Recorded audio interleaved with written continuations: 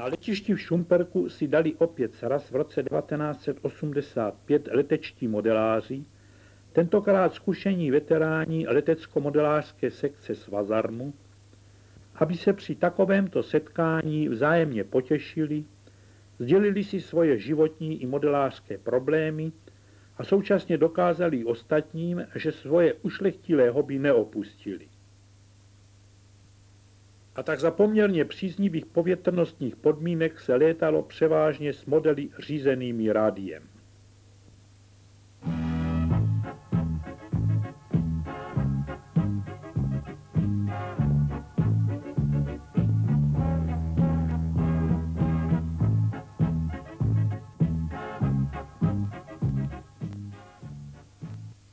Veterán Liška zatím na zemi. Vedle upoutaného modelu je zde maketa amerického akrobatického letadla soudruha Viličila. Mám zde i svůj dosud letající model Káně. Vidíme vůbec první rádiový model v Československu Josefa Morávka ze Zábřeha. Dostavil se i Jirka Klévar z Horní Lipky, bývalý vojenský pilot stíhacích letounů MiG a později i pilot vrtulníků, dnes všestranný modelář i majitel modelů helikoptéry, svahových větroňů i akrobatů.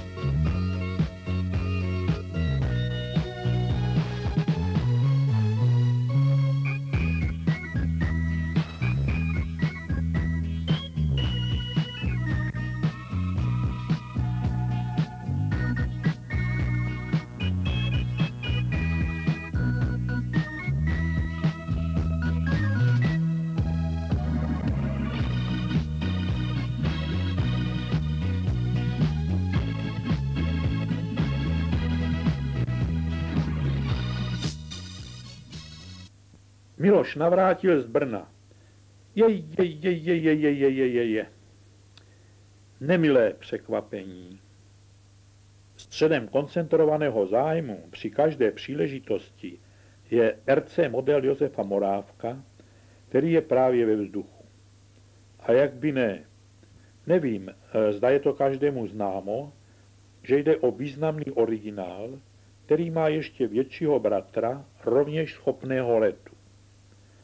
Řízení je svěřeno soudruhovi Charvátovi a sledovat model v letu je opravdovým zážitkem. Je schopný přistát i do nepřipraveného terénu. Model je vlastní konstrukcí majitele.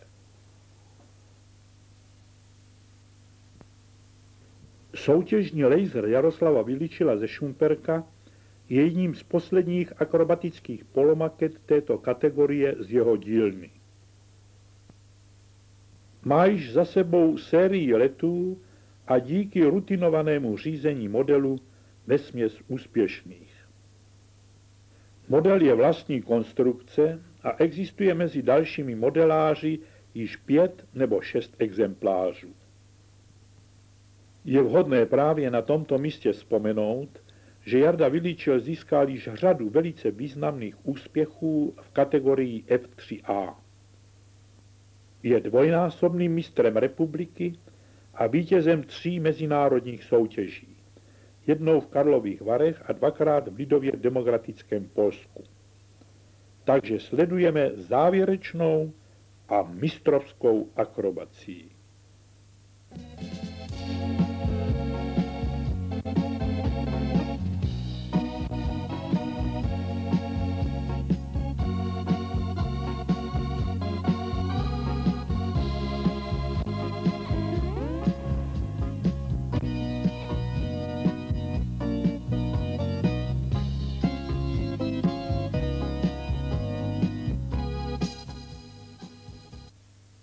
Větroně s pomocným motorkem představil nám soudruh Beran ze Šumperka jako módu poslední doby.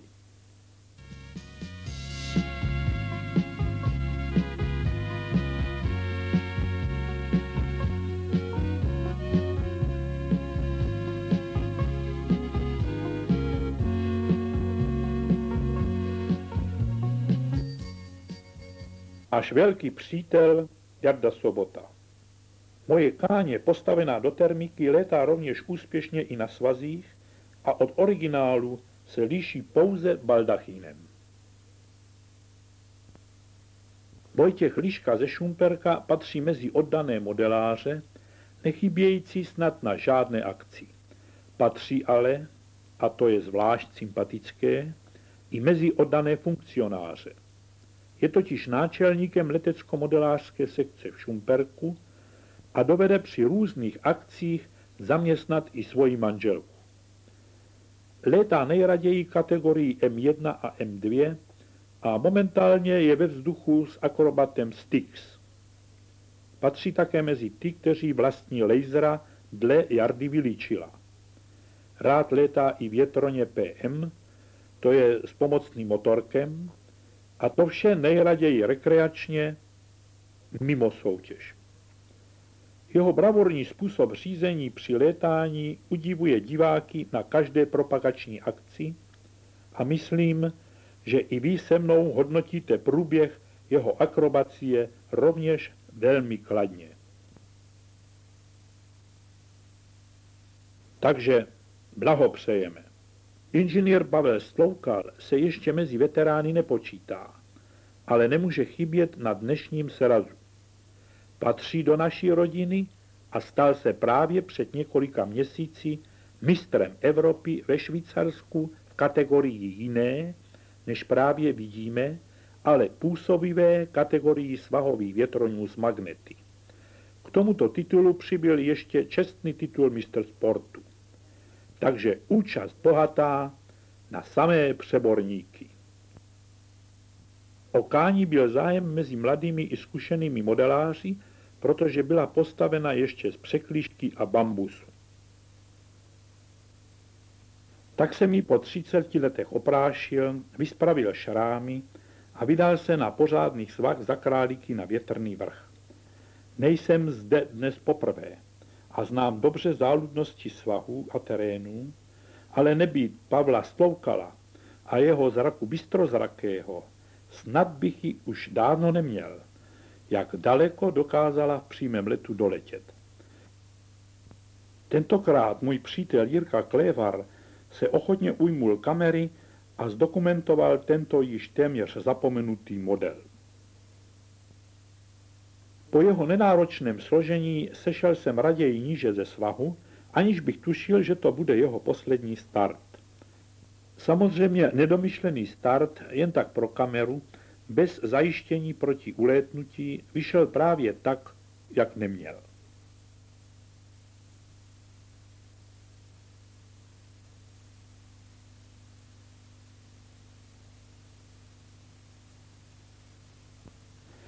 Následuje tiché sledování, stejně tak tichého letu.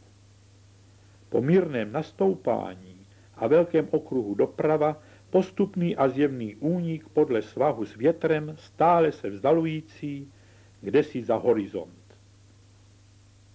Zbytečně ještě doufám v příznivý obrat. Všichni, co jsme přítomni, prcháme v onen směr, ale už marně. Model je i rychlý a ztrácí se někde v dáli, možná až v blízkém Polsku. Káně nás nesklamala, ale přesto jsem zklamán. Prostě nenašla se.